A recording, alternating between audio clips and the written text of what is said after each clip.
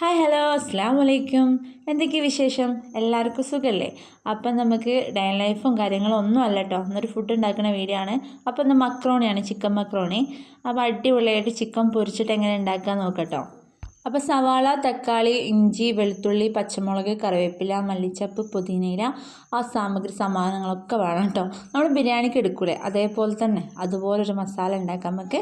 അപ്പോൾ അടിപൊളി ഉണ്ടാക്കാം. ഞാൻ ചില സമയത്ത് പൊരിച്ചിട്ടുണ്ടാക്കും, അല്ലാത്തപ്പോൾ നമ്മൾ ചിക്കൻ വേവിച്ചിട്ടൊന്ന് എന്താ പറയുക ഒന്ന് ക്രഷ് ചെയ്തിട്ടൊക്കെ ഉണ്ടാക്കും. അപ്പം നമ്മൾ പൊരിച്ചിട്ടാണ് ചെയ്യണം കേട്ടോ. ചിക്കൻ ആദ്യം മഞ്ഞൾപ്പൊടിയും മുളക് പൊടിയും ഉപ്പും പിന്നെ ചിക്കൻ മസാലയും കൂടെ ഇട്ടിട്ട് നല്ലോണം ഒന്ന് തിരുമ്പി കൊടുക്കുക. തിരുമ്പ മീൻസ് ഇങ്ങനെ ഒന്ന് കുഴച്ച് കൊടുക്കുക. എന്നിട്ടത് നമുക്ക് പൊരിച്ചെടുക്കാം കേട്ടോ. ഇവിടെ എല്ലാവർക്കും മക്രോണി ഭയങ്കര ഇഷ്ടമാണ്. അപ്പോൾ നിങ്ങൾ വിചാരിക്കും ഇവർക്ക് എന്താ ഇഷ്ടമില്ലാത്തതെന്ന്. എല്ലാ സംഭവവും ഇഷ്ടമാണ്. പക്ഷേ എന്താ പറയുക, നമ്മൾ എന്തെങ്കിലും ഉണ്ടാക്കുമ്പോൾ നമുക്ക് ഇഷ്ടമുള്ള കാര്യങ്ങളൂടെ പറയണമല്ലോ, അതുകൊണ്ട് പറഞ്ഞത് മാത്രം കേട്ടോ. അപ്പോൾ അതാ ചിക്കൻ പൊരിക്കാറുണ്ട്. അപ്പോൾ ഞാൻ സൺഫ്ലവർ ഓയിലാണ് കേട്ടോ പൊരിക്കുന്നത്. ഇങ്ങനത്തെ സംഭവങ്ങളൊക്കെ സൺഫ്ലവർ ഓയിൽ ഉപയോഗിക്കാം. അങ്ങനെ ഇതാ പൊരിക്കാനായിട്ട്. പിന്നെ ഇതാ കുക്കറിലാണ് വാട്ടണേ. എനിക്ക് എന്താ പറയുക 8ൻ്റെ പണി കിട്ടിയെന്ന് പറഞ്ഞാൽ മതിയല്ലോ. ഇത് ഉണ്ടാക്കാൻ തുടങ്ങിയ ആ സമയമായപ്പോൾ എന്തായി, എൻ്റെ ഗ്യാസ് കഴിഞ്ഞു. അപ്പോൾ എനിക്കൊരു കുറ്റി ഗ്യാസേ ഉള്ളൂ. അപ്പോൾ ഇത് കറണ്ട് അടുപ്പുമ്പോൾ നട്ടോ മൊത്തം പ്രിപ്പറേഷന്. അപ്പോൾ നല്ല ബുദ്ധിമുട്ടിയിട്ടാണ് ഉണ്ടാക്കുന്നത്. നല്ല ഇടങ്ങാറായിക്കണേ. പിന്നെ തുടങ്ങിയ സംഭവം നിർത്തി വെക്കണ്ടല്ലോ വിചാരിച്ചു. ഒന്നാമത്തെ ഞാൻ നൈറ്റിലേക്ക് ഉണ്ടാക്കണം, രാത്രി ആവും ചെയ്ത്. അല്ലെങ്കിൽ നമുക്ക് പകലൊക്കെ ആണെങ്കിൽ എവിടെന്നെങ്കിലും വാങ്ങിക്കായിരുന്നു കേട്ടോ ഗ്യാസ്. നമ്മൾ അയൽവാസികളുടെ അടുത്തൊക്കെ ഉണ്ട്. അപ്പോൾ അങ്ങനെ പെട്ടെന്ന് കഴിഞ്ഞാലൊക്കെ ഞാൻ അവരോട് വാങ്ങിയിട്ട് പിന്നെ നിറച്ച് കൊടുക്കലൊക്കെയാണ്. ബട്ട് രാത്രി ആയതുകൊണ്ട് നമ്മളത് സ്കിപ്പ് ചെയ്തിട്ടാണ്. അപ്പോൾ നമ്മളൊന്ന് കറണ്ട് അടുപ്പുമ്പോൾ തന്നെ ഒപ്പിക്കുകയാണ്. അങ്ങനെ ഉള്ളി ഏകദേശം വാടി റെഡിയായപ്പോൾ ഇഞ്ചിയും പിന്നെ വെളുത്തുള്ളിയും കൂടെ ചതച്ച് അതിൻ്റെ അകത്തിട്ട്, അതുപോലെ പച്ചമുളക് ഇട്ടു. അതൊന്ന് വാടി പിന്നെ കുറച്ച് തക്കാളി ഇട്ടു. അങ്ങനെ അളവും കാര്യങ്ങളൊന്നും ഇല്ല കേട്ടോ. നമ്മൾ എത്രയാണ് മക്രോണി എടുക്കുന്നത് അതിനനുസരിച്ചിട്ട് അങ്ങ് എടുക്കലാട്ടോ. അങ്ങനെ ഇന്ന് ഇത്ര ഉള്ളി ഇത്ര തക്കാളി അങ്ങനെ സംഭവങ്ങളൊന്നുമില്ല, നമുക്ക് ഏകദേശം അറിയാമല്ലോ. അപ്പോൾ അതിനെ നമ്മളെ മക്രോണീൻ്റെ ഇതനുസരിച്ച് നമ്മൾ എടുക്കും കേട്ടോ.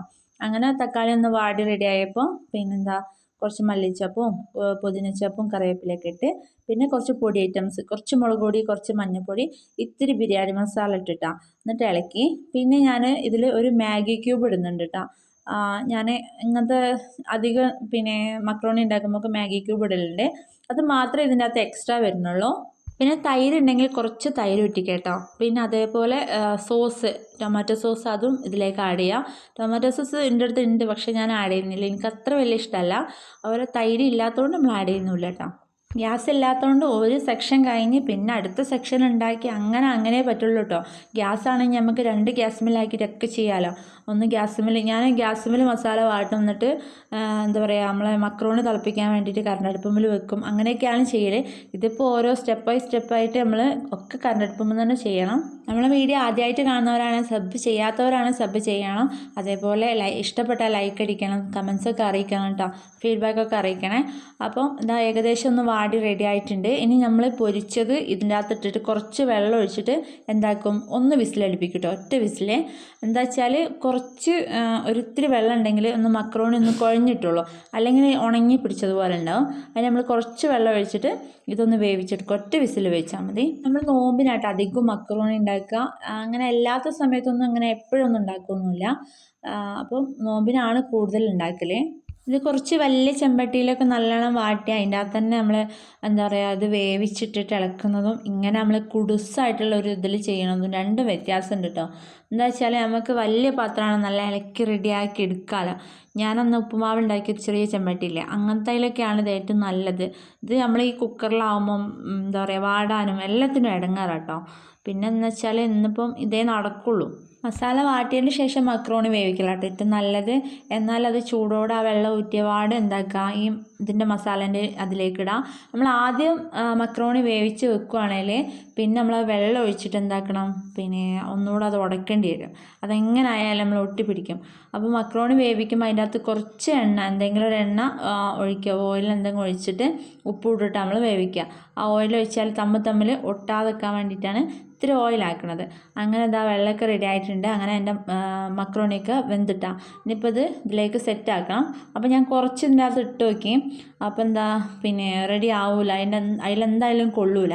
അപ്പം ഞാൻ വിചാരിച്ചു ആ വേവിച്ച പാത്രത്തിൽ തന്നെ ആക്കുക. ആ വേവിച്ച പാത്രമാണെങ്കിൽ കറണ്ട് അടുപ്പിൽ വെക്കാനും പറ്റില്ല, പെട്ടെന്ന് അടി കരിയാൻ ചാൻസ് ഉണ്ട്.